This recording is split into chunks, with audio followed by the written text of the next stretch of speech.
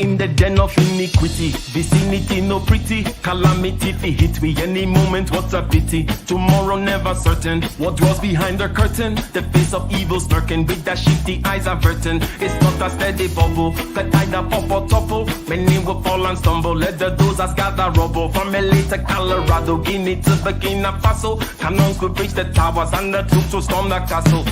I say, run, run, come, make we get it. Because the peace that is bestowed upon the meek is overrated. So run, run, come, make me get it. Calling all your daughters and your sons, we come forget it. I say, run, run, come, make me get it. Because the peace that is bestowed upon the meek is overrated. Lord, run, run, come, make we get it. Calling all your daughters and your sons, we come forget it. With the rubble steady rising, and hearts are compromising. Convictions here are stifling, making evil appetizing. The fists are steady forming, and countenance is falling. Defenses are withdrawing, possibilities are falling. In these your circumstances, evil will make advances. Pick up your sword and lances, and be sure to take your stances. Victory is never promised, the battle is upon us. Gather the brave and honest, and the righteous in your corners. Hello, welcome, ladies and gentlemen, to another episode of Case Closed. Because it's Sunday afternoon. That's 4 p.m. Eastern Time every Sunday. All right. And today we got a nice topic for you guys. But go ahead and click that like button, click the share button, subscribe if you've not already, and the notification bell. All right. How's everybody doing this weekend? How's LAR and Dana, Dr. Thunder? We good? All right.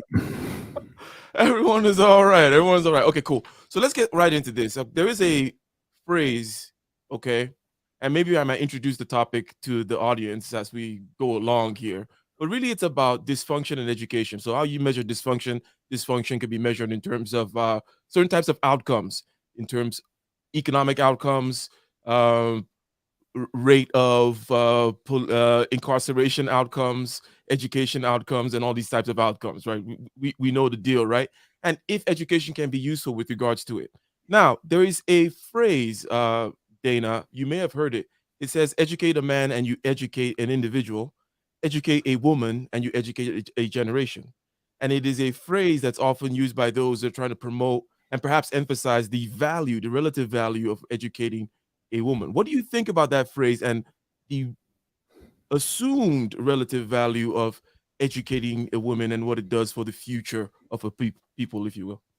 I think that saying phrase was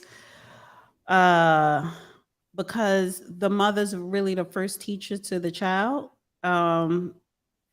Because usually, like when the child, especially if it's a boy, usually the father steps in when the kids are just like a little bit older, but mothers are generally the first teacher, whether it's being nurturing, loving, and whatever the child needs, but just the basic fundamentals. So if she's educated and, on her purpose, then she's going to hand that down and teach the children, basic fundamentals before the father steps in and does his teaching as well. So, but with any education, you have to have the basic fundamentals. That's why they always say K through 12 is the most important of your education, not after 12. But moms are the first teachers. And if she's not educated, then what are you teaching your kid, which will be passed down from generation to generation. So if she's teaching them properly, then that child will pass that down to their children when they get older as well. Yes, and it's interesting that you mentioned fundamentals and that it is because one may ask something about, well, there's a certain level of education that may do the opposite in terms of your ability to be a useful human being or an empathetic human being. In other words, when it gets into the brainwashing level and other kinds of things. But you talked about the fundamental levels of education that should be there for, especially for the mothers, because the mothers are the first contact with the child. Okay. So Dr. Thunder, what do you think about that phrase and the relative value of educating women vis-a-vis the future of a people? Yeah, I think I agree with Dana for the most part. Uh, I think it's I think where we start to go off the rails with it is when education starts to sort of tampered with um, the priority of family. That how family needs to be the sort of center and the priority. And I think, unfortunately, a lot of us, a lot of our women, I think, have gotten some of that stuff out of out of balance, and then couple that with uh, the sort of brainwashing component. Um, some folks would be satisfied just with the family, just with doing, taking care of their kids and creating a stable home environment. I had a uh, really good conversation with my mother yesterday. And in that conversation, she talked about how at times uh, she's had to sort of fight back a level of regret for not sort of pursuing a career because she was a stay-at-home mom.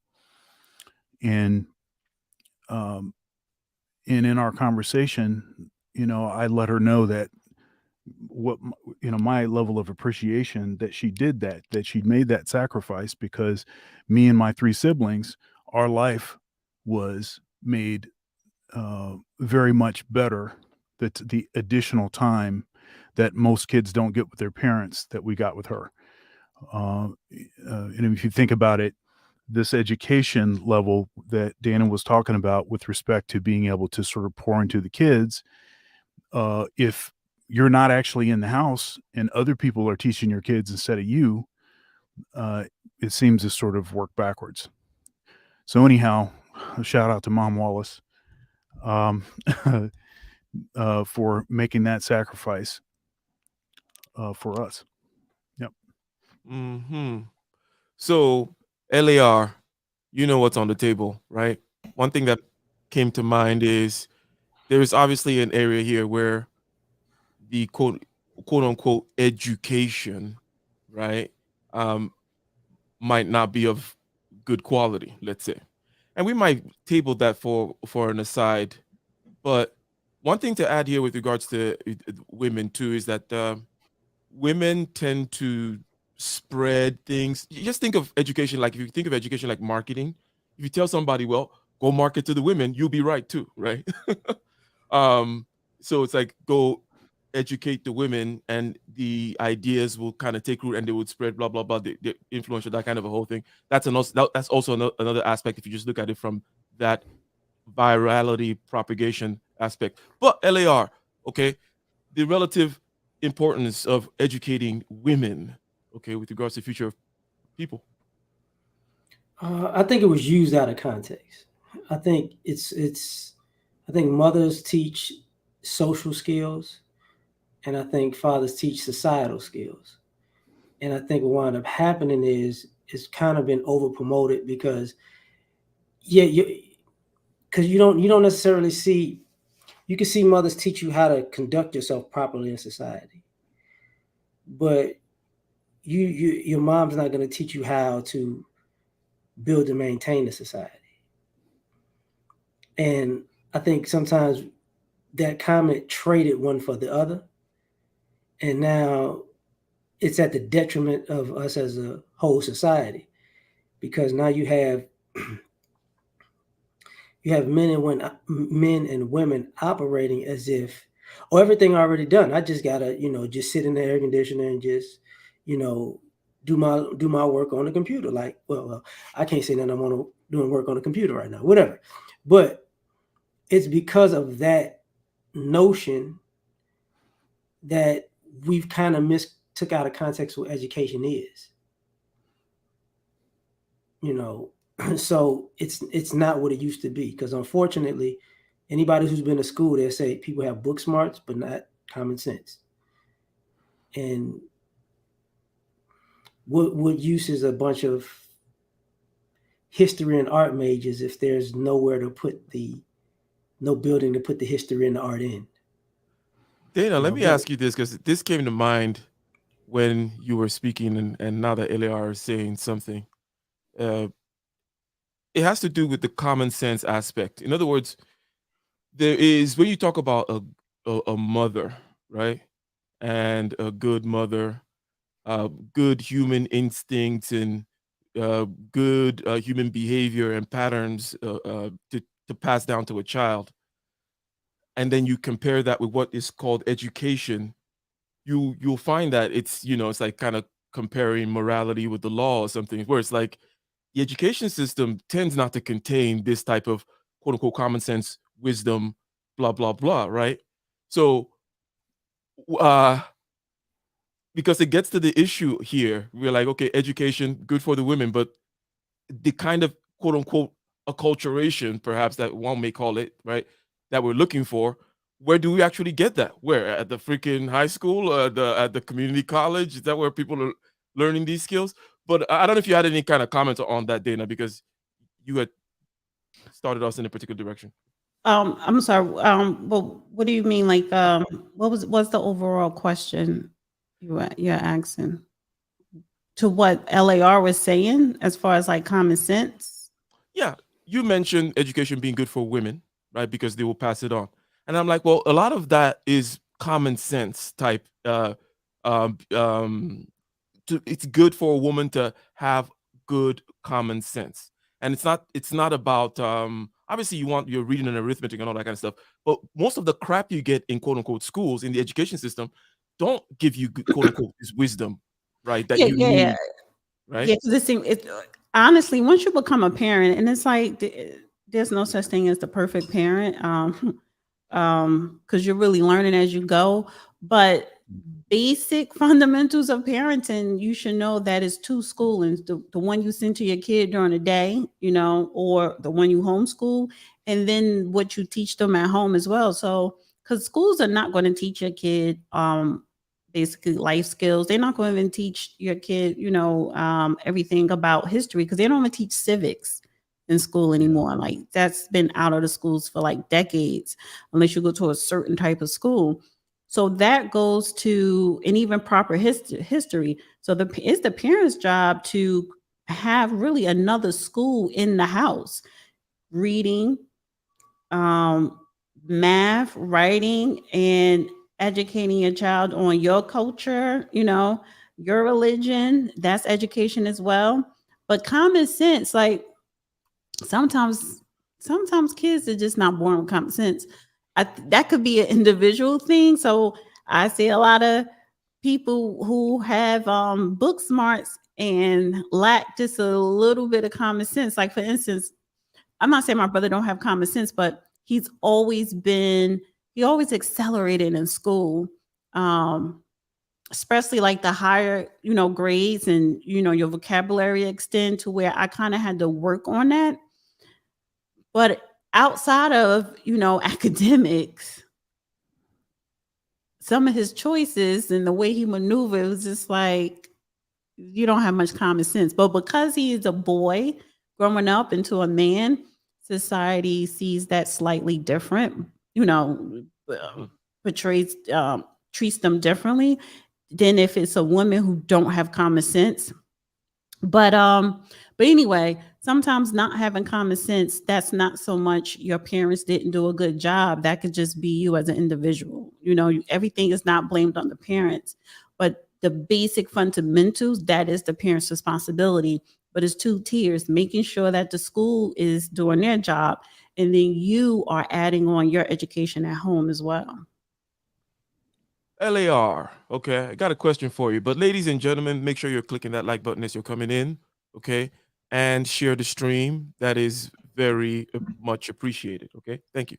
And also, obviously, the super chat. Super chat the questions. Okay, super chat your comments with regard to the topic. LAR. Does education lead to better choices? Now, what I'm going to ask you to do here is remove all the, what education is today, what is, just kind of create your own ideal situation where, okay, cool, I'm going to send this particular individual and they're going to go get educated. Are they going to then make better choices, right? Better choices with regards to, again, the commute, what's going to make a community more stable, what's going to lead to less dysfunction, generally speaking. Like mate selection, for perhaps, maybe one. But overall, starting with LAR and then go to Dr. Thunder here, does education lead to better choices? Overall, I would say no. As a general, I would say no. Because generally speaking, if you have 700 to 1,000 people in your high school graduating, the majority of them ain't going to be ish as adults. So, education is not going to help them. And you can do that in college too. So it's one of those things where I think with two things that come into play. One is information, because we have education, but we don't necessarily have information, because maybe what you really want to do in life, you don't really have the information to actually go down that path until it's probably too late for some people, depending on the direction you're going. And I think the most important aspect of this is age, because you're dealing with an age group that think they got forever. There is no myself. And I said, we all thought we all think we have forever when we're young.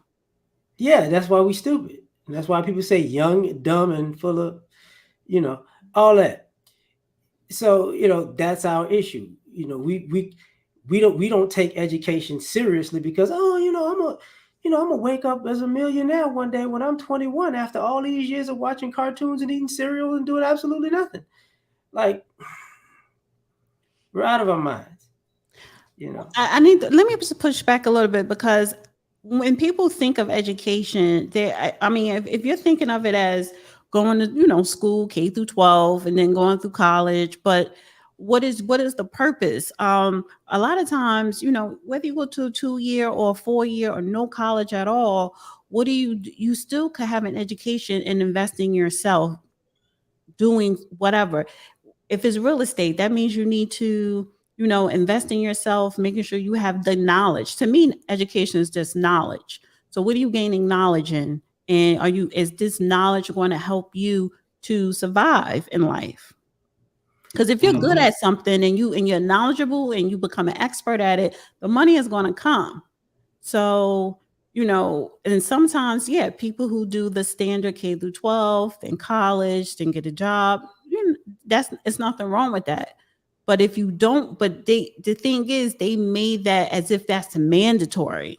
And society made it as if it's mandatory, especially for like women now, to where, okay, now if you don't want to go to college, people may think, oh, you stupid because you don't have a college degree, or you're, not an engineer or even certification or something.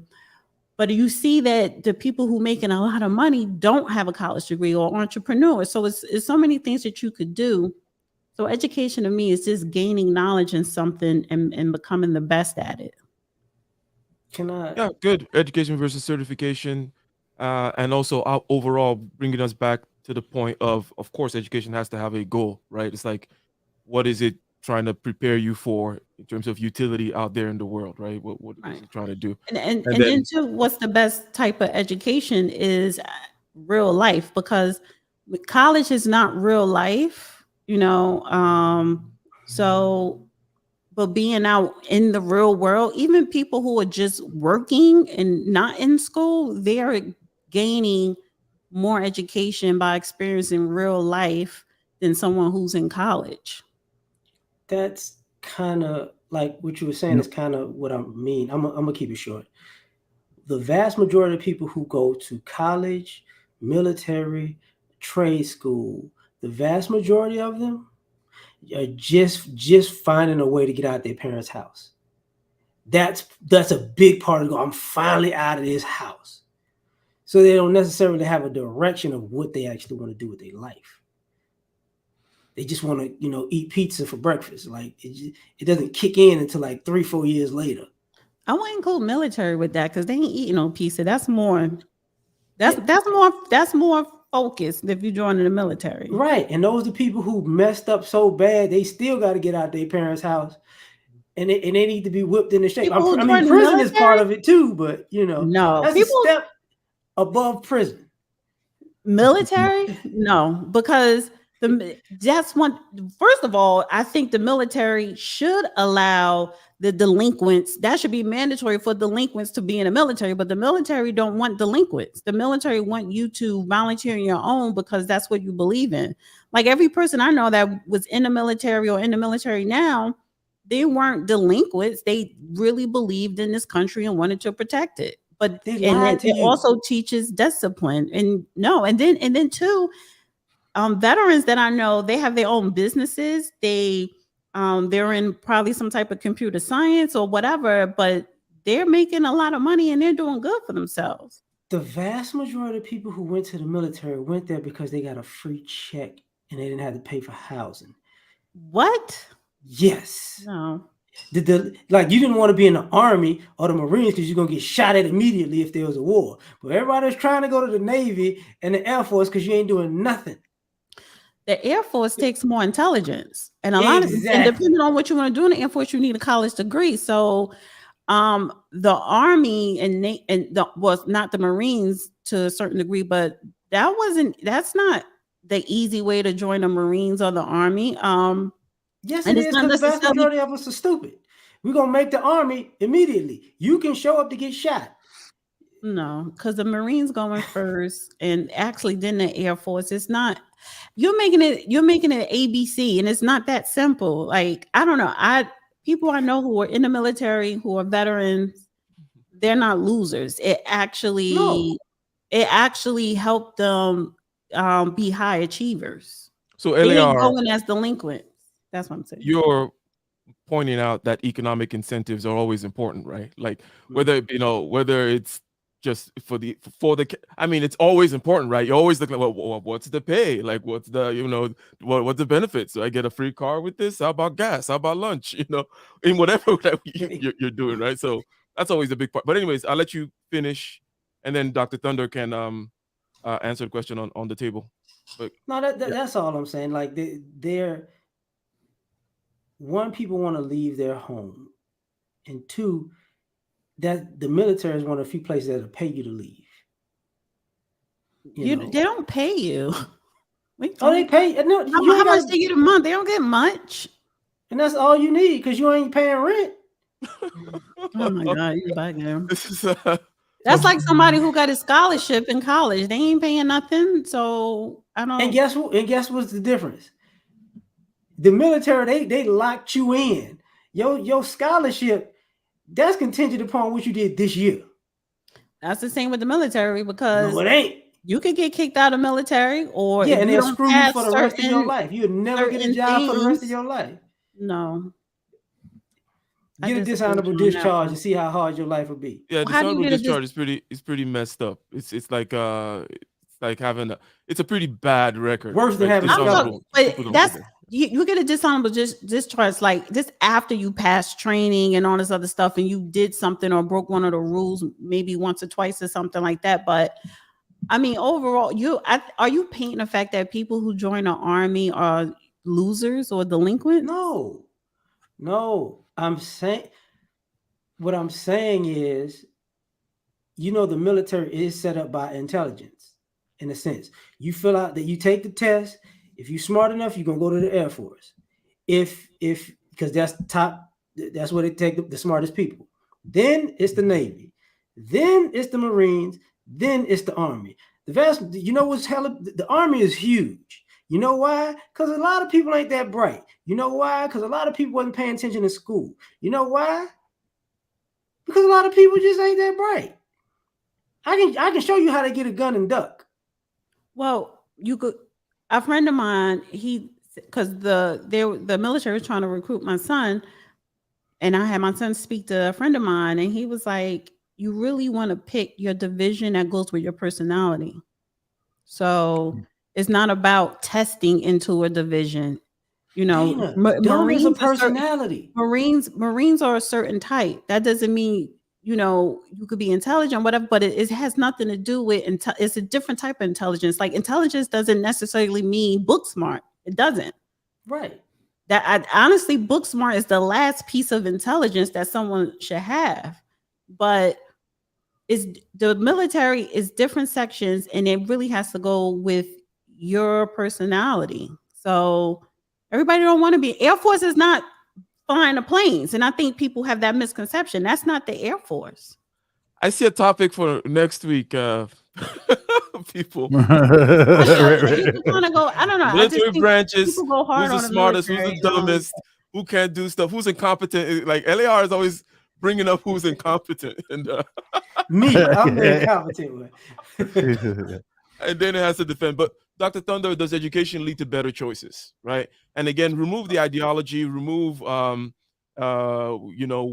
whether they're being brainwashed or not. Like, just think of, okay, well, I'm going to take them through this quote unquote education process, school somewhere, and then they're going to come out making better choices. And it's not like a trick question. It could be yes, and then why? Well, or no, Yeah, or, and why? Yeah. So Dana started down this path when she said that, education basically gives you knowledge. And so there's a difference between knowledge and wisdom, right? So knowledge doesn't, it's not necessarily telling you what the best decision in a particular scenario is. That's what wisdom does, right? Wisdom is not something that you usually learn in school, So, and the I was watching this interview. Ben Shapiro just did an interview with Robert Kiyosaki, Rich Dad Poor Dad, and he was asking him, the topic came up about his two dads, of course. And one thing that was interesting is that his rich dad only made it through 8th grade, but his poor dad was, he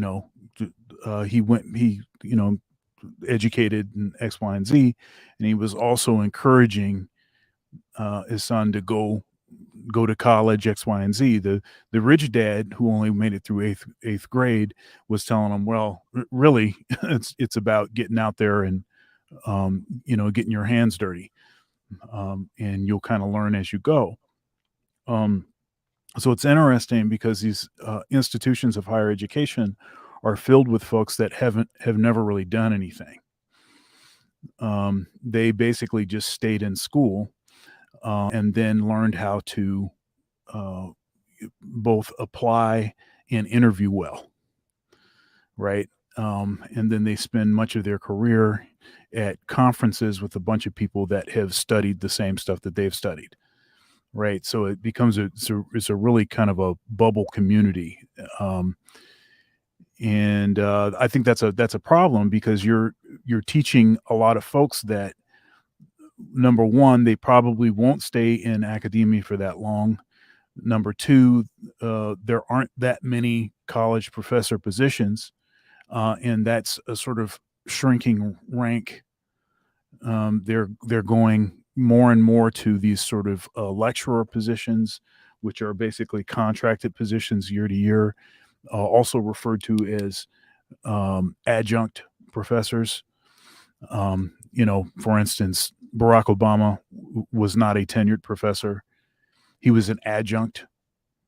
And that's actually something that kind of was a bone that stuck in people's, some people's, their crawl, as it was. Why?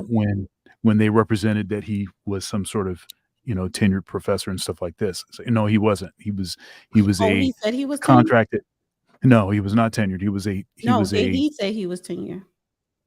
No, he didn't. No, I'm saying never. I'm saying that the press on him was that he was a tenured professor. But after further investigation, you discover that he was a contracted instructor. He's somebody that was hired to teach certain things. Now, you can make a whole lot of money doing that, and there's a number of educators that's what they do. They'll take these contracts and they're getting huge payment, but it's not a tenured position. Yeah, but when me going through college, The professors, the teachers that I got more from were the adjuncts. The tenure, some of them, to me, they were effing idiots. Like, they got on my nerves. And honestly, Yeah, so it's because to be tenured is so that it makes it harder for the institution to fire you. You're kind of like, or you're in with the pension or whatever. And some people do whatever is possible just to be tenured. That don't mean that you're smarter or more intelligent or you're a good professor. so here's the problem with tenure.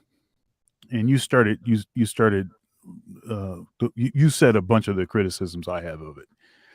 So often is the case that you do everything that you can to get tenure, and then once you get tenure, then you can coast, Right. right? I'm Now getting there is an flashbacks, so incident. I'm not trying to be aggressive, but I'm just getting a little flash. Now there The is thing is, like, and as a student, you have a problem with a tenured professor, and you do have problems.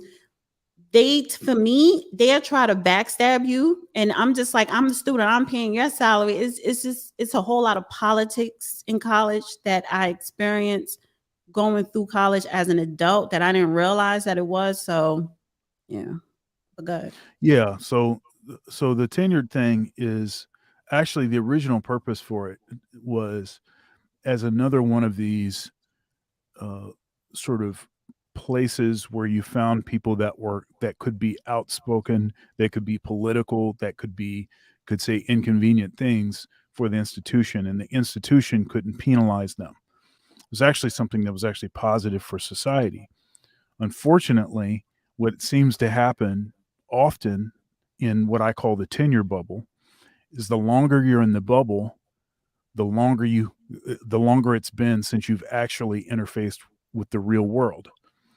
And so it can have the tendency to make your information outdated, old information that's not going to help. And the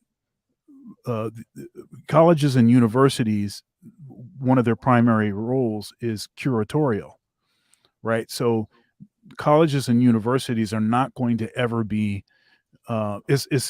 except for with respect to social reengineering.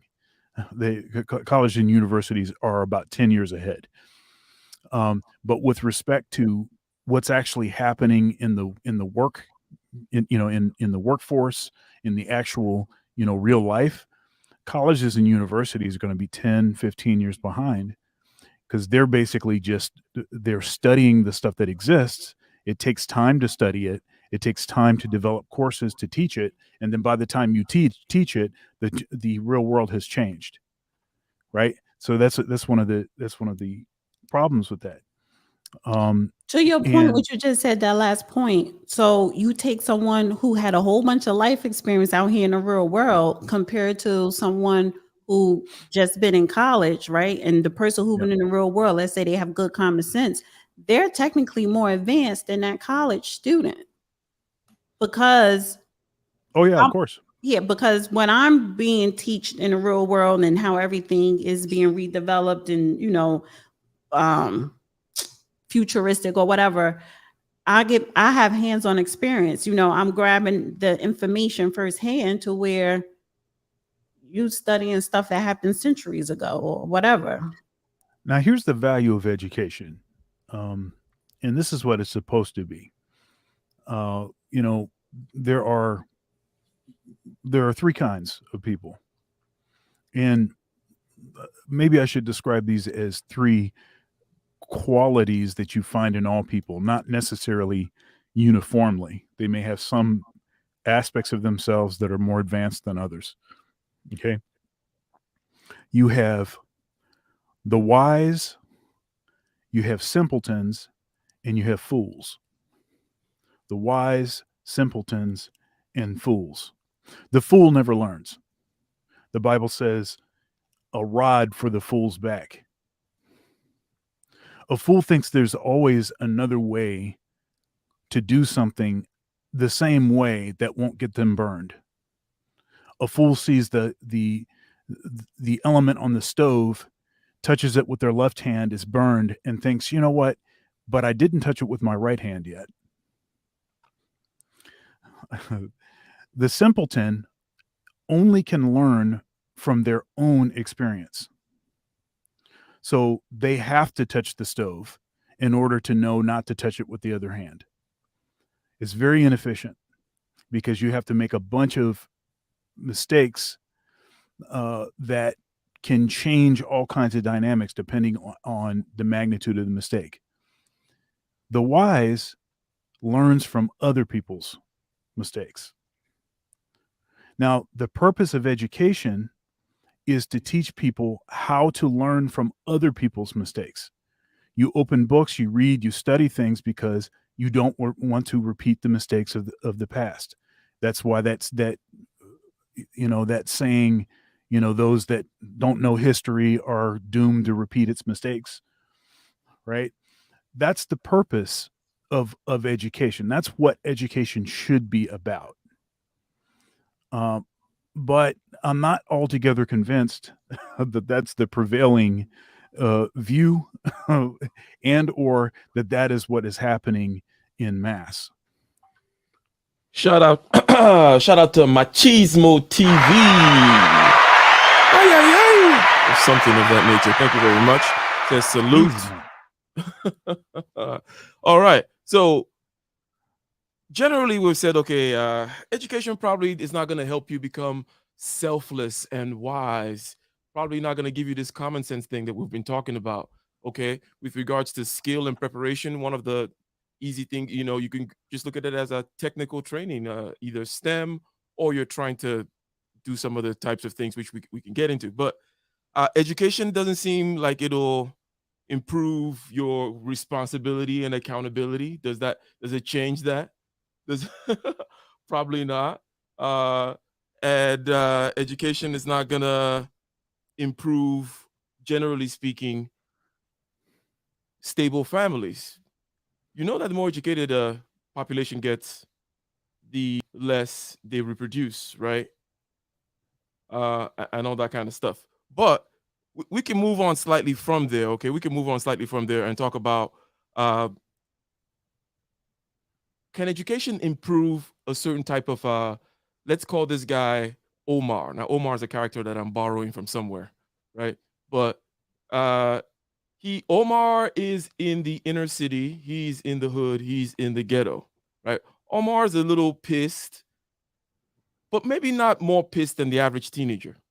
But his appearance, because he's Omar and he's in the hood, and the way he talks and the way he carries himself, is gonna seem from an outsider looking in a little bit more aggressive, a little bit more like, whatever, right? So Omar's having these dust up with the cops and this and that. And the general statistics on Omar's out there is that, their reading is not that great and all that kind of stuff. Now, is education a fix in this regard in terms of the police and the prison, right? Or the school to prison pipeline or whatever? What does education have to say with regards to that? Starting with Dana. Again, the simple question is just, will improving education improve Omar's situation with the police, and maybe he'll have better behavior, understand better modes of approaching authority, blah, blah, blah. Maybe he didn't have male role models. Whatever. I don't know. Go ahead. Yeah, the school to prison thing is not based in whether you know how to read or not. That's more of a racist institution that they implement on particularly Black boys and Black girls. But can education improve Omar? But what kind it's different types of education.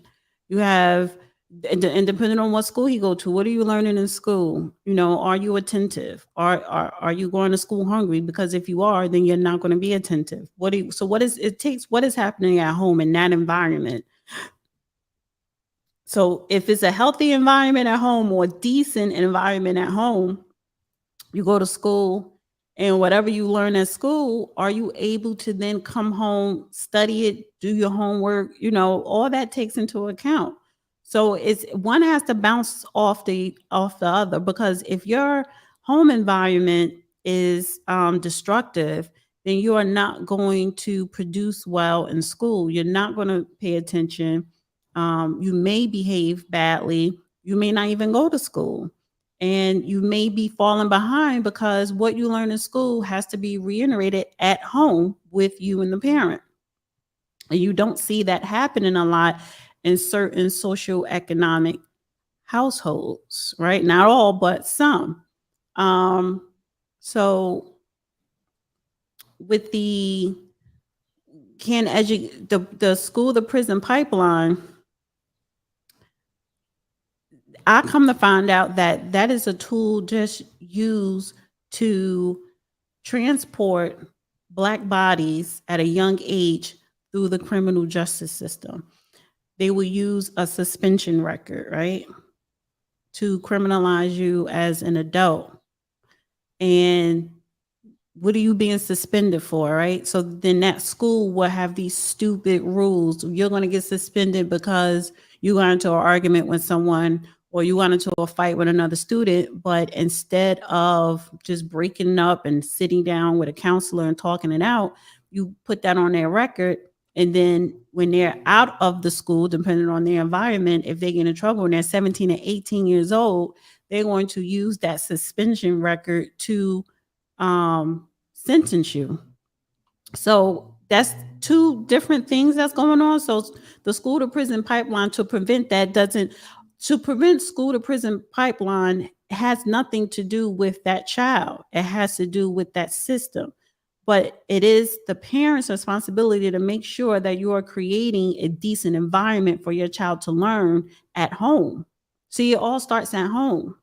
So no matter if I go to school hungry, I'm not going to pay attention. I am going to lash out. Is that the child's fault? No, that's the parents' fault because they're not eating, right?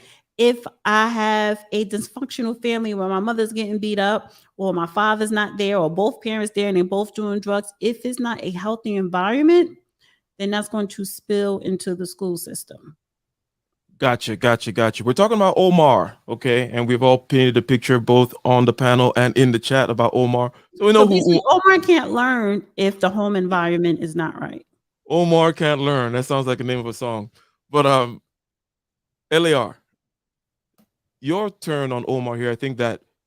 I believe Dana started on the systemic side, then started to swing towards the parental side. So you take it from the parental side now in terms of that environment that Omar, the kind of education, the type of situation, the type of parenting perhaps, right, that Omar would need to get, that would change the way in which Omar encounters the cops. Because it's not just a skin color thing, because certain upper middle class Black people don't worry about every encounter, like don't have the same kinds of worries in terms of if the next encounter my son has with the cops could be a disastrous one or could be like one with Omar. That's like not tomorrow. True. It's debatable, but I would say that there must be a spectrum between in the hood Omar versus No, the difference is I'm least likely probably to commit a crime compared to Omar. But as far as a cop pulling me over because I'm a Black man in a car, we're on the same level. Okay, gotcha. What do you think Omar's situation needs to be, LAR, in terms of home and all that? This is the part where parents are probably more important than schools, just in general, because parents don't live in a bubble. Learning environments like Doc and Dana was talking about are all in bubbles. So the problem is people are taking their bubble to a place their bubble doesn't work, and it's clashing. So your parents are the bridge between these multiple bubbles colliding together. So for a person like Omar from The Wire, that's going to be that Omar from The Wire, it's difficult Omar could be smart, Omar could be dumb. Doesn't matter, because somebody from another bubble is going to perceive him as one thing and treat him as such. You get what I'm saying? And you got people from different learning institutions of different bubbles who are teaching him. So they might not even teach him properly because from their bubble, either he's supposed to be this or he's not supposed to be this. So what you have to teach a person like Omar is, listen, you're going to be the kid in this situation, and all of the adults that you encounter are basically going to view you as wherever they came from. So I got to teach you how to be pliable to realizing you're basically subjected to everybody else's imagination before you even open your mouth. So that's that's where parents are better than actual schools. Shout out both to LAR and to Uncle Stu. All right. The old man on the block, $5. That's a super sticker or just a super chat with nothing said. Much appreciated. Okay. And we are still on the subject of Omar, Dr. Thunder. And is Omar completely, what is the, because it's like, okay, so there's LAR is giving us a version of what, quote unquote, the talk, right? The talk is, maybe it's an urban legend or whatever, but about what black parents have to tell their mainly black sons about, encounters with the cops, right? So LAR is giving us a version of the talk. Now, is there something about language, addressing authority, and all these and certain other kinds of things that the Omar can do in order to, and also Dr. Thunder, here's something that makes it a little crazy. I think that they found out that the cops, and this may be like, well, duh, to everyone on the panel, that they did a study in a particular area that even if in this particular area there's no disproportionate shooting of or violence with black people, if you account for the socioeconomic status, like you account for the money, but still there was more aggressive behavior. So the cops in Omar's hood, I'm sorry, the cops in Omar's hood are still more aggressive, even if it doesn't get to a particular point, right? Right. But is it both just the cops, or is it the cops and Omar? What's going on here with regards to what Omar can do besides just being aware that he's subject to other people's judgments, as LAR said? Yeah, it's both. The cop thing. So they did a study. It was a professor at I think it was a university in Virginia, and he did a study, and he was actually surprised at what he found. He thought that he would find that there were proportionally, based on population, that there would be more killings of unarmed black men by the police than killings of unarmed white men. Now, of course, there's more white folks, so the number would be higher of white folks because they're a bigger population. But what he was interested in is based on population, so statistics based on population. Now, what he found was actually you're less likely to be, as an unarmed black man, to be killed by police than a white man is. However, what he also found was that black men face far more, percentage-wise, brutality from police. Right. So, and I've heard people try to use part of that, the findings of that study, like the conservatives, they'll try to use that, say, see, it's just a figment. See, black people are just fine, and cops are all great. To almost to see it that way. And then, but the other part of the study, you have to also factor that in. And that is to say that black men are still facing more brutality by police. And so what can you do for your kid to let them know that, hey, this is a real thing?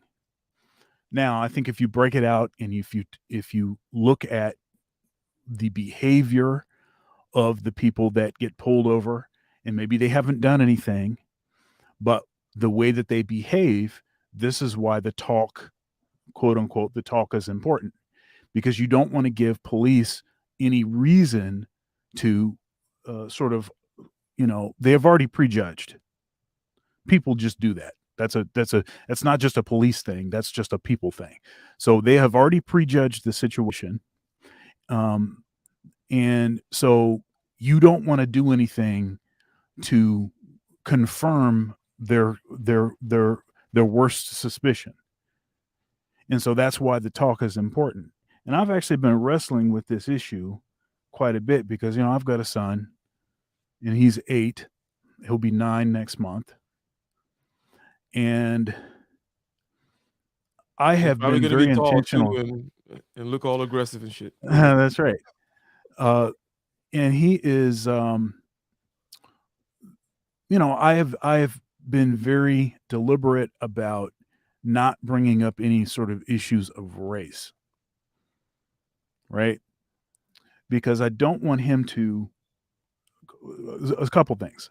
I don't want him to think that he can use some sort of excuse, right? So like, well, this is happening to me because, the white man's holding me back, but I don't want to hear that.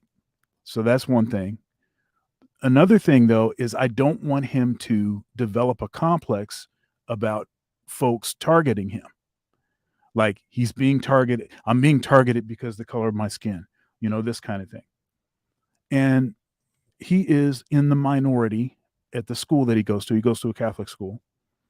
I don't want him thinking about himself in some different context than his friends, than the people that are at the school.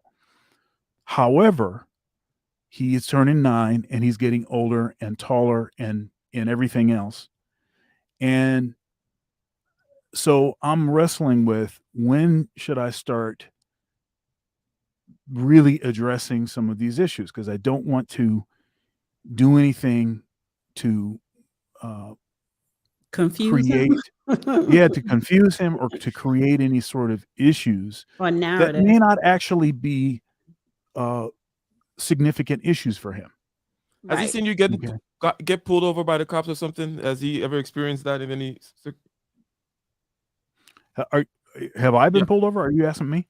Has your son seen? Have you been pulled? Has your son seen that? Yeah. Either you or I mean, maybe I got pulled wife. over. I got pulled over with my son in the car. Yeah. Driving into school because I was speeding. Because I Yeah, don't I want to say, be. were you speeding? Yeah, right. So, but Yeah. that was a totally benign. They actually just gave me a warning. Say, hey, slow down. Also, what they didn't go through the process of license registration, this, that, blah, blah, blah. It wasn't Yeah, I mean, racial I had to go- profiling. You were actually speeding, No, it so they wasn't had a profiling. reason to do it. No, it was just it's a school zone all through there, and they're like, hey, bro, slow down. What speed were you doing?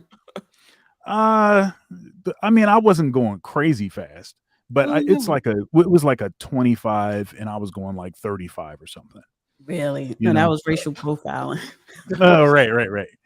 But and the thing is, I actually am glad that they pulled me over, because that means that they'll pull other people over in that same area, because that's where my son's school is, right? I hear you, but this is the thing, though. That's how it's supposed to be. But the race comes into factor as if they only pull the black people that do 35 and not the white people that do 35. What? No, I get that. But we don't know. It's like you don't know if they're You're not not gonna know. or if they are. So that's the thing. So you can't say, well, I was only through 35 and he still put me over. It's probably because I'm black. And that's what you don't want to teach your son. Right, exactly. Yeah. Right. And Dr. Thunder, by the way, that's the thing I'm concerned about. the reason I asked has he seen you get pulled over, because there's certain basic there's a whole routine, right, to that dance, right? And it's not like an unscripted conversation, right? There's a typical way in which it goes, right? They come over, they ask you for a few things, you answer in a few ways. If they start escalating things, you behave in such and such a way, and then ultimately, if you get arrested, you never talk to them, right? You like, you lawyer, whatever it is, lock me in the cell, right? So it's a whole scripted process, and there's a kind of behavior that you have to have. Keep your hands where they can see it, on all of this kind of stuff. But in terms of experience and just learning and the basic skill of doing that is what I was trying to get at. Because regardless of whether somebody is whether the cop is being racially profiling you that day or not, Look, there's a behavior that you can have that'll make most situations turn out better than not, right? So let me talk on the other side of this. So I said that there is an issue with brutality. So that is true, and that needs to, diminish, cease. We need to do whatever we can do as a society to diminish that, whatever possible. But on the other side of it is behavior, right? So if you get pulled over and you're acting wild and crazy, you're raising your voice, you're doing all kinds of crazy stuff. They tell you to stay in the car, but you get out of the car anyway. I'm not going to let you talk to me like blah, blah, blah. I have rights. If you start doing any of that kind of stuff, and I'm sorry to say, in a lot of these situations where Black men have been killed by police officers, there were behaviors that they exhibited. I'm not saying that it was okay for them to get offed. That's not what I'm saying. I'm saying that if they weren't behaving in such an erratic, excitable, kind of way, of so full of emotion and all of that, if they weren't doing all of that, I mean, I don't know what could have happened. It doesn't seem like that made it better. So control that part of it. If you can control that part of it, do what you need to do. Be peaceful, be respectful. Yes, sir. No, sir. All of that. You're going to be in a better situation than to be, all wild and stuff. Now, I got pulled over a lot of times when I was young. And one thing that I noticed was that once I got beyond a certain age, I stopped getting pulled over. And I attribute that to a few things. One of the things is that I started to lose this sort of, I'm being targeted. They're going to, no matter what I do, they're going to come after me. I started to lose that disposition. I wasn't maybe out at night, like partying and stuff or whatever as much, right? If I was driving late at night, I was driving straight home after a gig, and that's a different context. And I don't know, they say that red cars attract, attract attention. And so I had a red. Not have a red car, or did you? Well, I had a red pickup. That was my first vehicle. I think you're reading to, maybe they just pulled you over because it was late at night and you were Black. If you were not speeding. It could have been. It could have been. But what I'm saying is once I got beyond a certain age, I stopped experiencing that. Because you were older. So that could be what I'm saying between you and y'all, because both of y'all have sons. Like, well, my son, he's grown. But I think that is something there to where younger people are stereotyped any age to be more mischievous. Right. Yeah, because they are those little bastards. Yeah, but then if you're Black, because it's going to be your friend doing that study. Yes, there are more white people who commit more crimes. It's just more white people. However, when you talk about the conviction rate, Black people are convicted more harsher, longer, and they are treated more badly, more worse than their white counterparts when it is with police. So it is something. Now, how much of that is based on not being able to afford good legal representation? That too. So as you're talking about your social economic, but the fact is that if you have two poor people, one white, one Black, that white man is still going to be handled differently by police as long as he's not fighting back. And then two, that judge still may give him a lighter sentence than that Black man. There are a lot of studies on that. It is a higher conviction rate with white compared to Black. For real quick, you said your son's birthday is next month. August what? This is not Horoscope Central. No, it's not. Stop. August what? Who's Dr. Thunderbird? That's Dr. Thunderbird. You don't know your son's birthday? Oh, wait a minute. What, I wasn't paying attention. I started looking at the chat. What was the question? Your Was son's it birthday. When August. is his What birthday? date is your son? August 7th. Oh, my granddaughter's is August 25th. Oh, yeah. She's turning 9 too, so they're the same age. Oh, how about that? Yeah. They're not gonna get treated Yeah, the same. keep your granddaughter away from my son. Well, Oh yeah, we have love fast self. Whatever. Honey, she Muslim. She ain't thinking about no boy. okay. Can I tell like a little bit of an anecdotal about what you were just talking about? All right. About 4 years ago. Like, first and foremost, education and dysfunction, people don't put into the fact discretion and dysfunctional people educate you. So you're gonna get dysfunction. We skip over that. So that's part of it. The police thing, maybe about 4 or 5 years ago. I think 4. Took my son to summer camp, and I was in my work uniform and going to work. After I dropped him off, I get pulled over by a cop. Cop on a motorcycle. Really one of those driving while black things. He pulls me over and he's looking for something. Like, I'm in a work uniform, so he's looking for something. And he's like, do this, do that. And then he asked me to do something, and I was about to do it. And he said, oh, man, I almost just shot you. And I just looked at him and I'm like, you too fat to try to just shoot me because you're slow, because I could have reached you, but all he could find at that particular occasion was he got my driver's license. He's like, you're supposed to be wearing glasses. Where are your glasses? I'm like, they're right there in the console. So I'm gonna write you a ticket for the glasses. So I was like, whatever. So I go to the court 2 or 3 months later. Well, I go get my driver's license changed to get the restriction off of it, so I don't have a sight restriction. So I go to the court, and so the cop is this bailiff or whatever. I walk in, he said, hey, you can't, because I thought I just had to pay the ticket at that particular point. He's like, no, you got to go to trial or whatever. So I walk in there and I had like shorts on, workout clothes. And he's like, get out of here.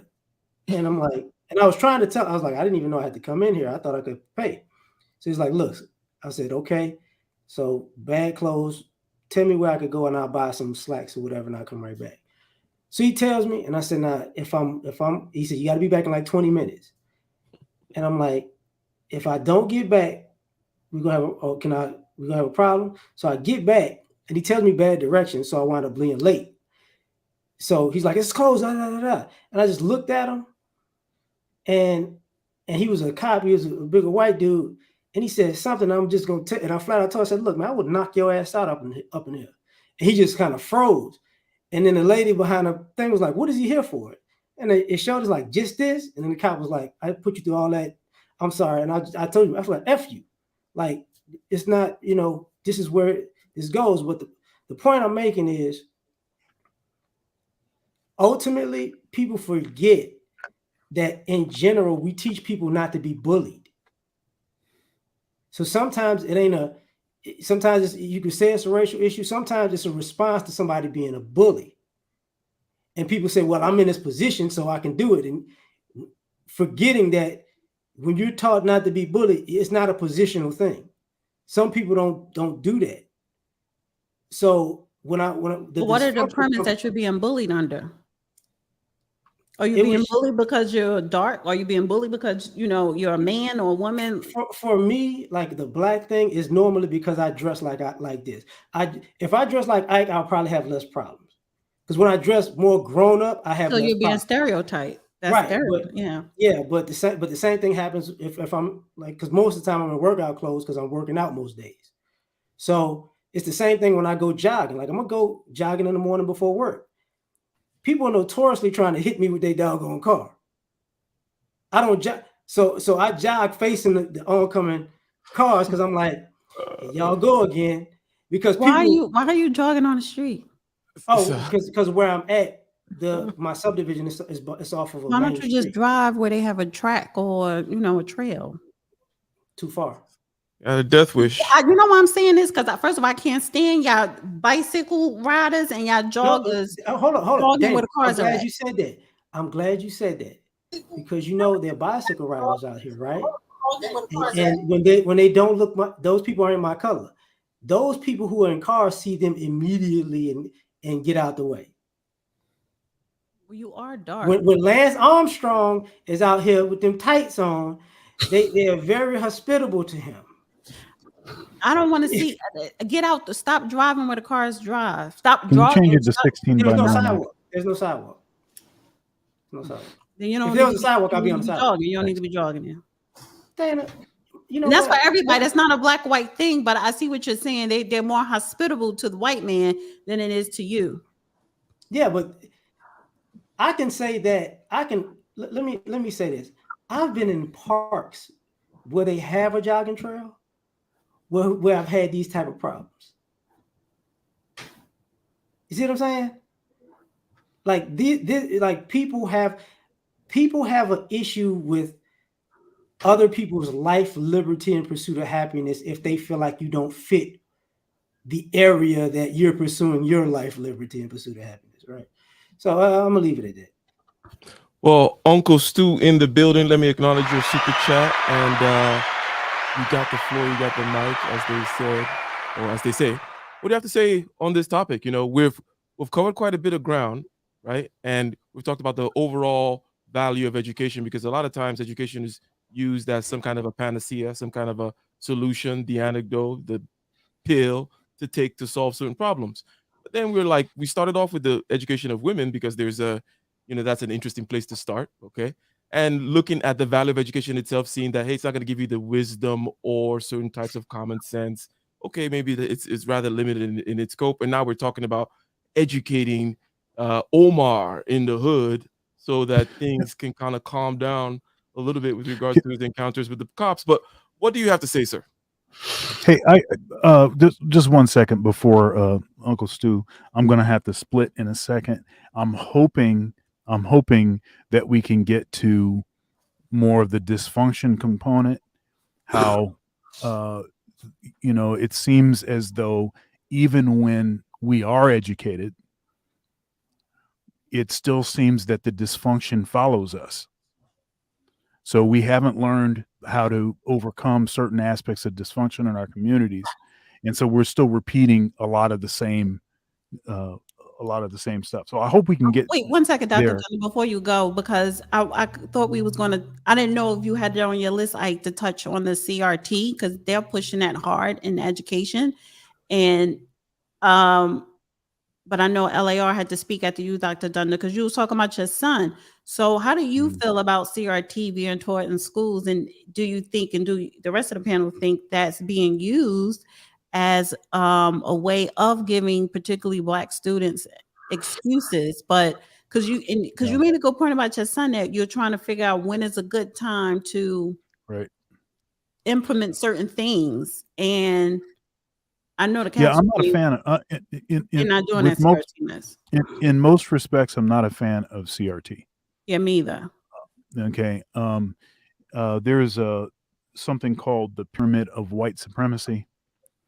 And what this pyramid is, it's intended to be a sort of a teaching device to show people that sort of innocuous thoughts or comments to people that are of color can be climbing up the sort of ladder of white supremacy. And to give you an idea of what I'm saying, at the bottom is stuff like, well, I don't really consider race when I evaluate people that are going to be my friends, or I have a Black friend, or like that. So that's dangerous talk, because that can graduate all the way up to, Hitler. of course, the top right is mass genocide.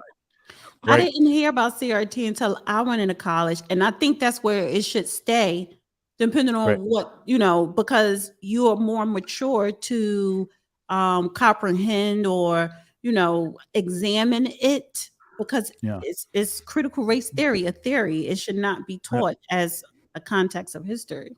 Maybe, but the pyramid of white supremacy, the problem with that is, I think it will tend to accomplish the opposite of what it is that you'd want it to accomplish. I think what it does is it shows white folks how to be clever racists. Mm-hmm. That's a Okay, good so if you have all these sort of categories of things, well, this is the stuff that this is questionable speech. So then they can say, you know what? Well, I just won't use any of that talk. And then, but they still just as racist. Look, the thing is that I would prefer that racist be obvious than have the skill to be able to hide it. I don't want to be involved in teaching you how to hide it. They did an experiment, and what they discovered was when they were teaching this pyramid of white supremacy in classrooms, what they discovered is that all of the kids, what they would do is they would stop using any of the language on the thing, but then they would start only using sort of groupthink terms. These a small list of terms they restricted themselves to.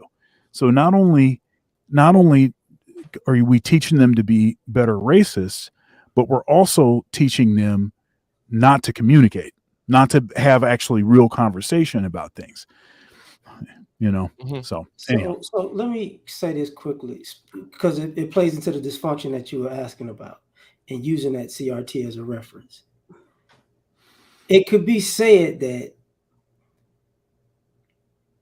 kids become adults and they learn that they've been lied to for so long, and they see so many dysfunctional people becoming successful. They realize dysfunction actually works. So I'll take my dysfunction wherever I want to go in society, because guess what? I see a lot of educated dysfunctional people, and I see more successful dysfunction than I do successful function. And you've already lied to me, so why should I believe you? Like in a rebellious way, because you see a lot of adults whose moral compass, quote unquote, got shattered, and they never tried to put it back because it wasn't profitable. But I'll leave it at that. All right, Uncle Stu, what you got on the topic? Oh, I got a whole lot. First of all, let me welcome the panel, Dr. Thunder, Mr. Ike, LAR, and of course the real Dana. I kind of stand in a very unique position, especially when it comes to education, because of my background. I think when we talk about dysfunction, we have two types of dysfunction. First of all, when I went to private school and then ended up going, back into public school, I first had to discover that Black people did not really like educated people. That's still a stigma within our own community as to being educated. It is still a stigma as to how you speak. I'm 55, so we going way back into the years where you were still told, oh, you talk white, you do this white. So you're already at a dysfunction within your own community as to what is educated and what is not educated. I love when LAR talked about dysfunction, because what I've recognized is that in certain areas, dysfunction is defined as being normal. And what you think is normal is considered a sellout. So we still got to play around with these terms of what is normal and what is dysfunction. When it comes to CRT, no, I'm not of any of that. I was working in the Guilford County school system for over 10 years, and I seen the recklessness of education down there. Luckily my daughter didn't have to get caught up in that, and that's because I kind of had my foot on her neck when it came to her education. So when it comes to that, no, I see the school system, especially in North Carolina. I've seen them giving high school kids high school diplomas and they couldn't read on a high school level. So I watched this stuff over and over and over. And when it comes to the police, again, I stand in a unique position because I'm the son of a police officer. So, like LAR, my dad gave me that talk at 9 years old, but he never really put race on it. He let me know that, hey, you get stopped for the police, this is what you got to do. At 9, no, I didn't understand the talk. Then again, I had to talk again before I went to the military.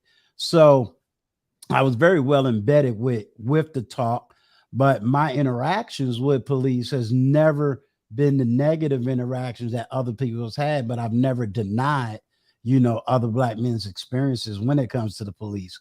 So it's really hard sometimes for me to say, okay, the one time I was stopped, it was directly because of my color, when I didn't even get a ticket. And Dana, I think North Carolina pretty well. I was in the hardcore Ku Klux Klan place of Davidson County, and that's number one racist spot. And I was stopped at night, and they had a legitimate stop on me, and they didn't do anything.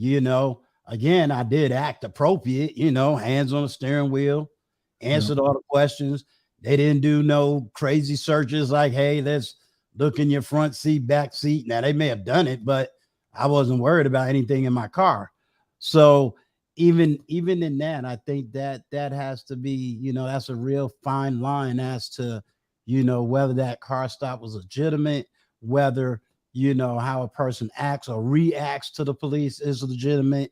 I think some people's reactions, especially when I've re-looked over camera shots, it was kind of questionable. I also trained in the police department, but I just never went all the way to become a police officer because I didn't want to be on that side of the law. I wanted to do other things. So I was in a very unique position. Mm-hmm. I don't know if I made myself clear. Yeah. Oh, yeah. 100%. And you put down a few things on the table here, ending, well, one of which is, don't be riding dirty, as they say. And don't get pulled over if you're riding dirty. Right? Your tags, registration, this, that, the little roach that you smoked 2 weeks ago and it's in the glove compartment, whatever, Right. You gotta clean it all up. I have a question for you, Ike. What made you think of this topic for today? Because you must plan your shows out days in advance because nobody's not talking about that protest in Sri Lanka. Oh, I didn't know about it. It maybe correct me if I'm wrong.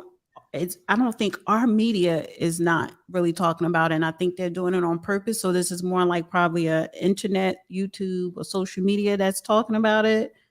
But they're about it. I think that the prime minister resigned and they invaded the president's house. Yes. Did y'all see that picture with thousands and thousands of people surrounding the presidential palace? Yeah. And they have a gas and fuel is high as hell. And they're like, kids can't go to school. So they're in an uproar. So let me just correlate it with the topic with education, because Sri Lanka is not the United States. And I'm not saying those people are not educated, but you talking about, they're working hard to make ends meet to send they probably have to pay for their public school to send their kids to public school. So, and everything stops if, the government is not doing their job, or if the government is, what do you call it? Exploiting or taking advantage of the people. So what they're doing, my point is we need to see y'all later. Sorry, I don't mean to cut you off, Dana, but I'm off to a gig, so I'll see y'all later. You need to do more live gigs on your YouTube too. Sure. I just put one on set. What was it? Last night. You need to promote it. Okay. Yeah. But Dana, let me ask you something. Let me ask you something, Dana, because I know one of the things about your platform, and you're very critical about this. But do you also believe that our government is doing way too much for too many people as is, and some of us needs to just kind of pick it up, because we can wind up in that same place if we keep giving all of these subsidies, et cetera, away? So this is the thing, like, we're supposed to be so educated here in America, and technically we're not, compared to if we look at other countries. So right now, our state, our government is, as far as the gas prices, we're about to get in a recession. Some numbers coming out tomorrow, honey. They're about to announce we're in a recession and inflation is high. So we're in the same position as Sri Lankans, if not worse.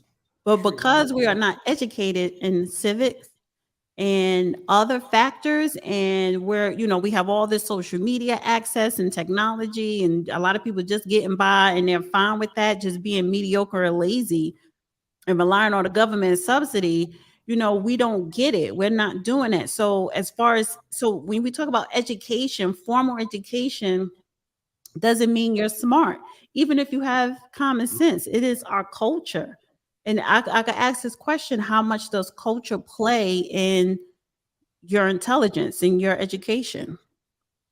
Yeah, that's what there are a couple of things. Okay, first of all, one thing that Uncle Stu mentioned was the acting white. Well, you know, anything that's successful, you know, anything that generally works, or if there's certain kind of standards, whether it be carrying a book bag or reading or whatever, talking properly, then you're behaving white. That obviously is adjacent to the cultural thing, which you just kind of mentioned there at the end. But I don't know if LAR. Well, let's say LAR. What is your reaction to that? Talking white and in other words, the culture thing, which in other words, okay, so we're talking about education, and we found out, we searched with our searchlight to find, where is education going to give us this wisdom, this common sense? It's like, nope, nope, nope, no. It's rather for certain specific things, and even the education we're getting right now is poisoned with all kinds of crap, such as CRT and whatnot. And we're looking for a certain type of acculturation, a certain type of development of human potential, right? Which is done in all kinds of societies, and not necessarily in these buildings called schools or whatever, right? So Dana is saying, okay, well, obviously this kind of thing seems to be a cultural thing, right? And then the question is, how important is the culture? You can start with this whole talking why, if I'm trying, rather than just, hey, you're doing your thing, you're trying to make it. Well, what are your thoughts on that? The cultural thing is kind of twofold, because the talking white thing could be you sound smarter than a person, and they're talking about you because of it. And the other part is you assimilate it, and you think talking like that makes you sound smarter than other people, and people don't like that either. Right. So Mhm. it's one of those things where it's situational. I think for the cultural aspect of it, what winds up happening is, in America, we associate intelligence with being white. So you're not smart unless you can communicate it like somebody white would. And it's not just our culture; it's pretty much every culture in the United States of America. Every non-white culture in America has this aspect where there are people like, you acting like them, and it's that aspect, like the CRT thing, and part of this is that's part of the dysfunction, because this is not really a melting pot. This is a big bowl of vanilla ice cream, and you can sprinkle your topping on it, but it's not going to change it. It's going to be vanilla. Okay, so that's where we're at. So now our dysfunction is we're trying to be,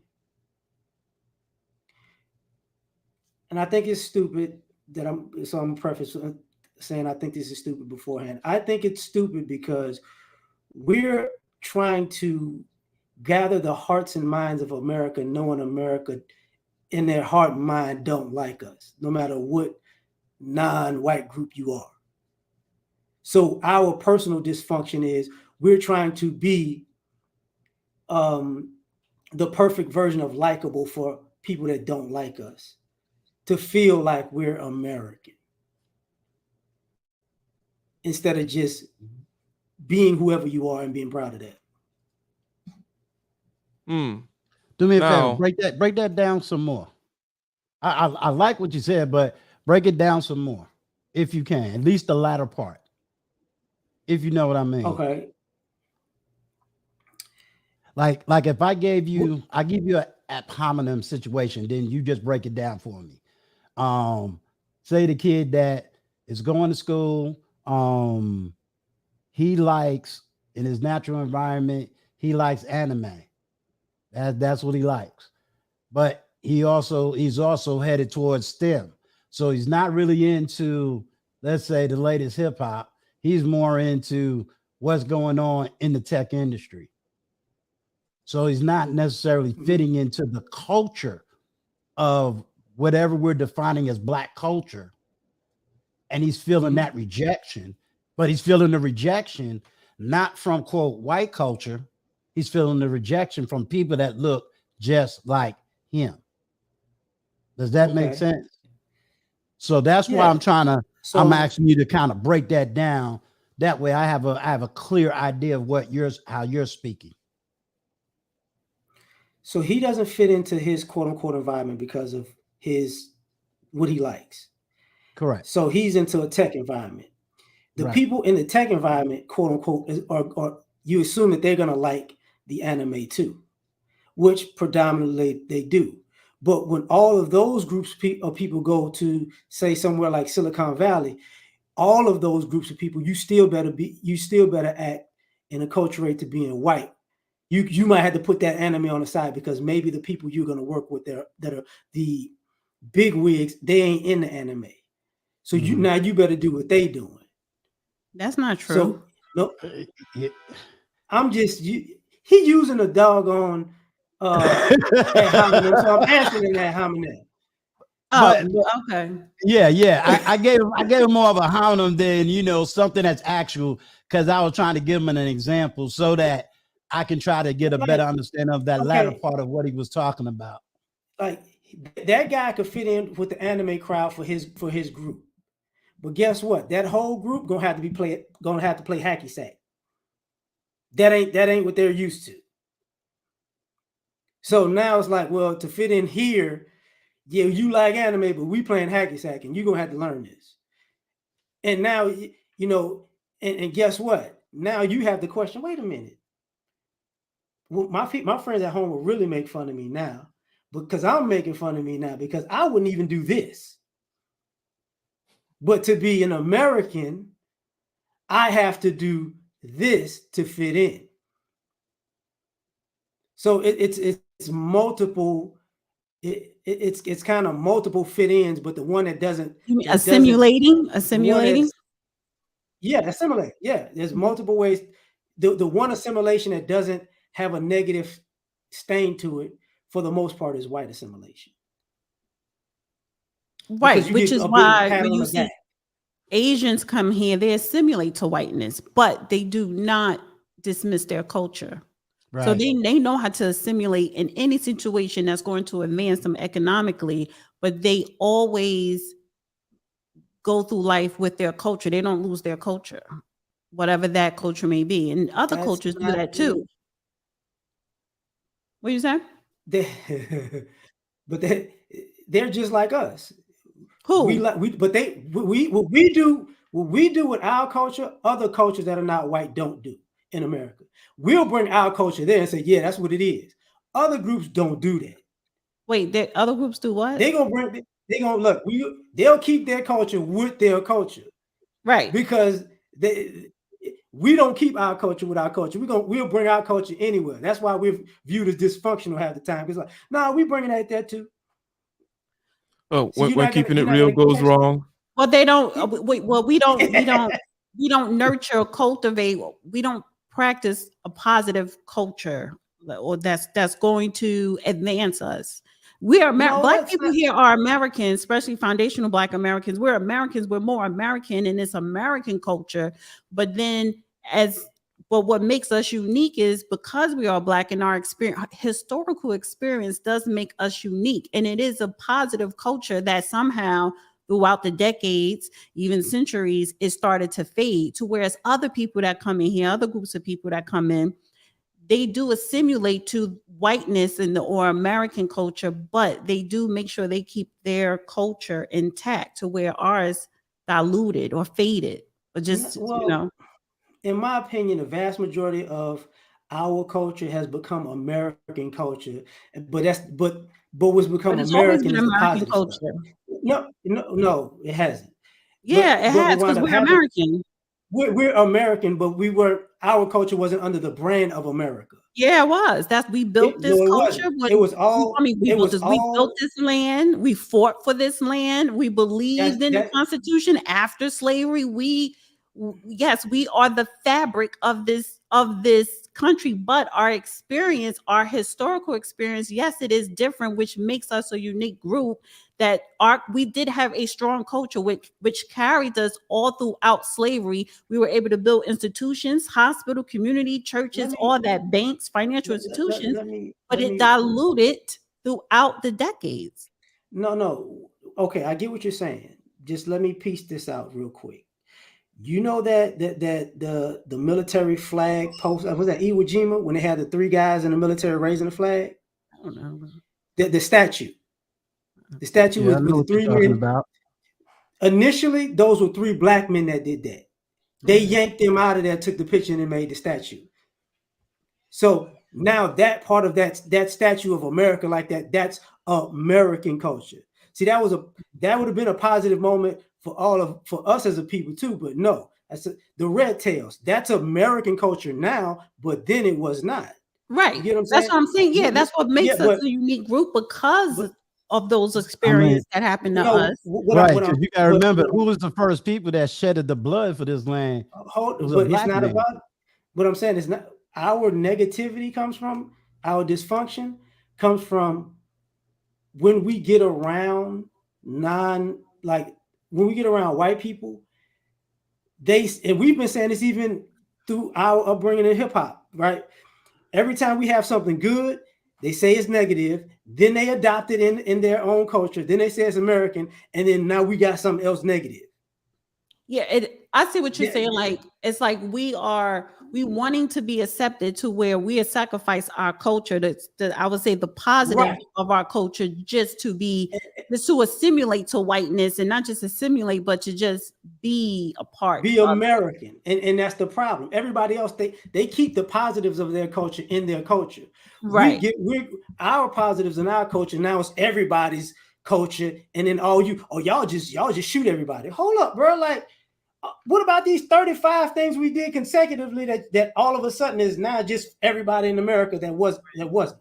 So now all we are is pimps and killers and drug dealers. So, okay, I get it. Y'all get all the positives, we take all the negatives. Well, let me add this, going back to the topic of education dysfunction. What was it? Wait a minute. Education will not solve Black dysfunction. It would formal education, but life skills can, and we're not thinking that way. The culture is not thinking that way because we're about to have a food shortage.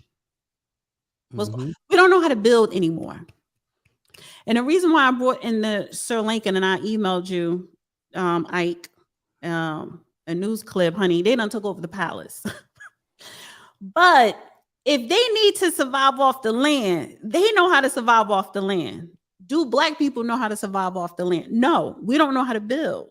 And that's a problem looking at where this government administration is headed, or just this America, United States of America, where we're headed, we are going to be left behind, not just because we don't have college degrees, we don't have life skills, which is a good part of which is educating yourself on life skills. And the culture plays a part in that.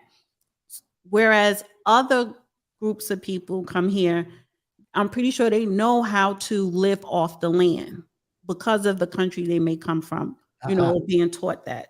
I'm going to say there's 2 things. One, yes, I agree. 2, there's a history that's definitely not taught. And, there's a more in-depth conversation that, we haven't talked about. And I will admit, this was a conversation that's been going on for the last 3 days, which is who's running the politics. Because it's funny when we say, our people don't know politics, but then it's not a half of us ain't part of the political party. Or any politics, any party, or just participating in the science of politics. So again, which is educating yourself, right? You don't have to go to a formal institution to educate Mhm. yourself on the science of politics, but just educating yourself on the science of politics. That is part of knowing how to preserve your culture, protect your culture, or your Right. group of people, all that. So I'm looking at, and this is the thing, we don't plan ahead. Let's just take Asians, Chinese, Koreans, or whatever. When they do come here, they're planning not 5 years or 10 years. They're planning the next 50 years. When you see the illegals at the border wanting to come over here or sending their kids alone or just getting pregnant to have anchor babies, they know they're not going to be rich. It's not about them. It's about their great grandkids. They're planning that. We're not Right. doing that. So again, if we have a complete food shortage right now, we had to rely on Bill Gates and all that acres of land this man brought up, because yes, he do have a plan. He's planning 50 years down the line. What is the Black people, Black America, the Black community or neighborhoods or whatever? What are we going to do? What are, we're going to be extinct. Like it We're gonna won't do what not we- be a Black culture. We won't be Okay. here surviving. Well, LAR, real quick, use the opportunity to respond, and then also your closing thoughts, and then Uncle Stu, because we're past the time. But respond to what Dana said. It's been a great conversation. I think that either we'll continue with the thing going on in, is it Sri Lanka? Right? Yes. Yeah. Yeah. Or yeah, but that's next week. I mean, but LAR, go ahead. Plus, let final thoughts in general. Okay, I'm about to be petty. Ain't that y'all? But I'm about to be petty. 90% of America cannot live off of the land, and that's of all groups, because we fish, farm, and how can I say this? And butcher at the grocery store. Mm-hmm. The vast majority of us don't know how to do nothing that unless it's at the grocery store. So a lot of people gonna suffer. We gonna suffer for sure, but pretty much everybody's gonna suffer. When it comes to these other groups coming here, they have a plan, and this is where we Black people are very functional, but we've been slipping over the last about 3 or 4 decades. Other people come here with a plan, but what they don't have a plan for is America. See, America will screw your legacy plans, because what you think is that you're going to do, by the time your kids get a certain age, they're going to be flipped inside out, because you didn't plan for what America will do to your legacy. And we know that all too well, and we're getting dumb at it. So all those other groups, you were seeing that with them. They got so far, but you're seeing their families just breaking apart, going in different directions. A lot of people are they're keeping the stoic face in the front, like we're this and we're that, but their kids and grandkids are just as American as everybody else, which means they're screwed. The only difference is when they're doing drugs and being screw ups and going to jail, they get a little bit more covering, but they're just as much a screw up. So 100%. So my closing thought is, as I said before on somebody else's panel, since everybody's screwed, shout out to all the kids that's not getting McDonald's from the stepdaddy. We all gonna suffer. All right. So Uncle Stu, you go next there. Yeah, you know what? There are a few things that came to mind while LAR was speaking, but you know what? Go ahead, Uncle Stu. We just got a whole lot of work ahead. We better wake up like yesterday. We got to stop talking, start walking. We're gonna have to stop all this idiotic infighting. And when I say idiotic infighting, we got to we just got to start educating and start uniting. I'm not looking for the whole kumbaya unite, because I know that ain't gonna happen, but just got to start uniting with the like-minded people and say, all right, I may not like all the points you got, Dana. I may not like but listen, I'm gonna take 6 of what all of y'all got. We got to get this together and make it work, make it happen. Right now, we fighting on too many different levels. You know, you got women fighting on one side, brothers on the other side. Then you got the class wars. You got the brothers that say, well, I make above this amount of money and I don't want to talk to the brothers making this amount of.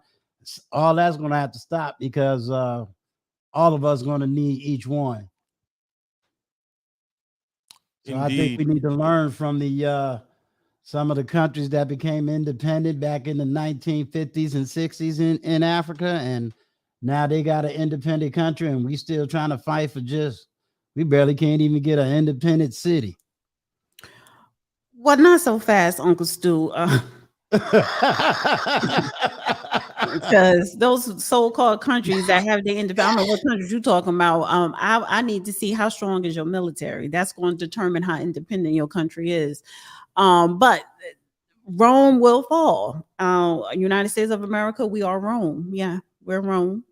And if we keep letting the ideology of this particular administration and the CRTs, and all this other stuff, cloud the institution of America and what it was really built to be, we will fall. We're going to fall to AIs and we're going to fall to China. And I'm not trying to speak Mandarin, honey. No, I'm not. So what's going to happen, when Rome falls, that means your group of people going to have to relocate. So can Black people educate themselves on life skills? Because to relocate, that means you have to learn to build. You have to go somewhere and build. And you have to educate yourself on the politics or whatever on that area, right?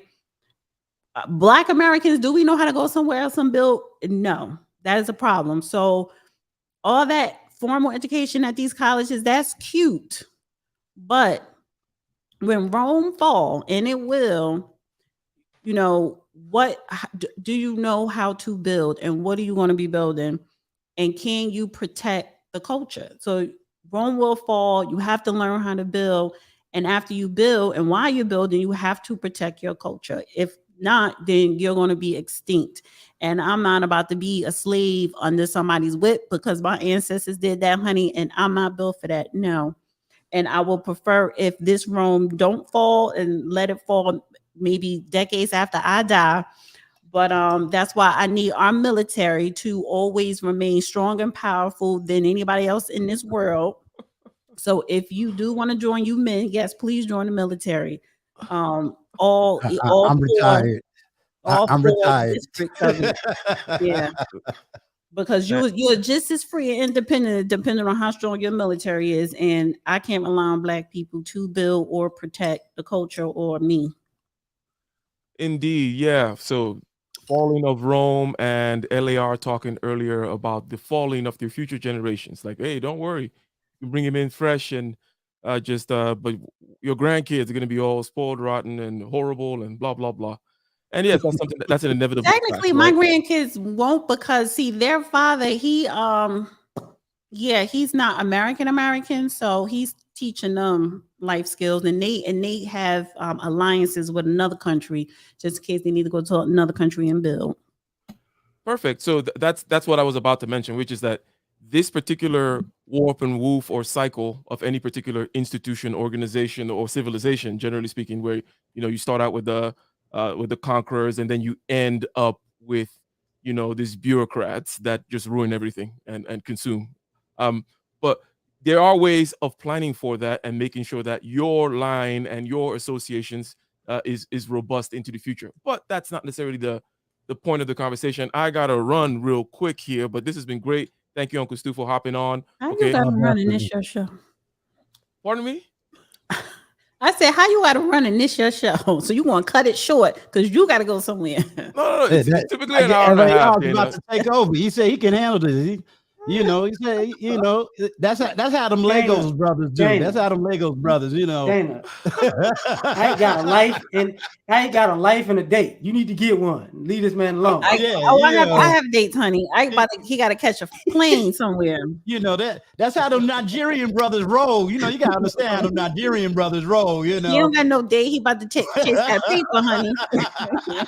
That's a date. That's a date. There you go. That's the perfect date. That's somewhere. the perfect date, LAR. But yeah, we started out with this thing with the statement, educate a man and you educate an individual, but if you educate a woman, you educate a civilization, y'all, right? sorry. And realizing all through that while it may be true that women will spread the news or whatever the news is, right, and kind of spread the marketing or spread the education and kind of sustain it, and also with Dana mentioning that yes, they are the first people to pass on this nurturing and education to kids, we found out that really what is found in the education system is none of the things that this mother should be, or again, the common sense, the skills, the wisdom, blah blah blah.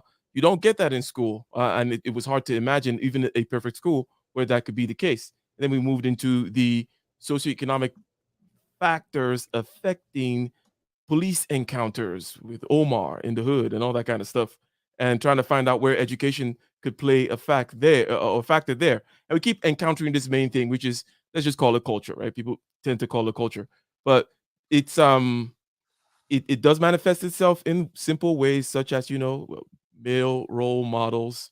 There's an absence, if there's an absence of male role models in the house, but there's also an absence of masculinity from the media and the school system and elsewhere, then it's a little too much, right?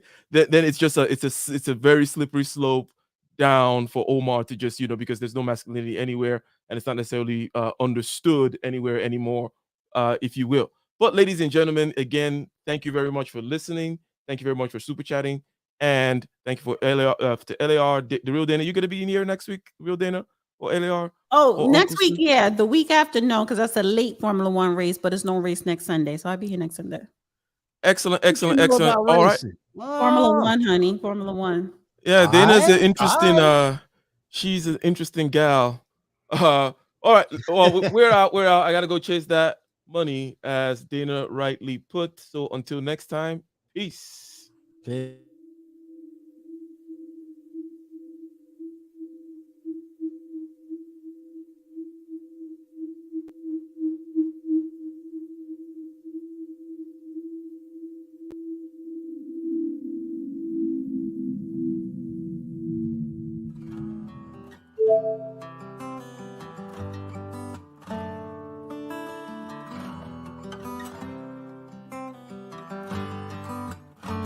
In the den of iniquity, vicinity no pretty, calamity fi hit we any moment, what a pity. Tomorrow never certain, what was behind the curtain, the face of evil smirking with the shifty eyes averting. It's not a steady bubble, that either pop or topple, many will fall and stumble, let the dozers gather rubble. From LA to Colorado, Guinea to Burkina Faso, cannons could reach the towers and the troops will storm the castle. I say, run, come, make we get it.